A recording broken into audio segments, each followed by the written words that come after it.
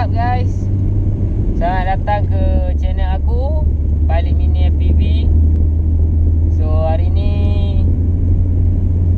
vlog pertama aku So korang jangan kecam. Pastikan korang like dan subscribe channel aku dan share. Jangan lupa share. Aku akan beri korang konten-konten tentang FPV. Kat Malaysia ni ramai pilot-pilot power, aku tahu ramai gila. Tapi aku rasa tak ramai yang buat vlog. Ramai yang just letak video fly je. Ada kenal 2-3 orang lah yang ada buat vlog pasal FPV ni kan.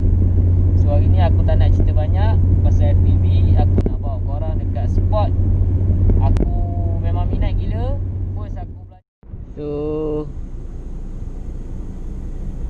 aku dah sampai tempat nak fly, tapi ramai gila pula orang hari ni. So alright guys, biasa dulu aku fly kat sini, air tak ada besar macam ni.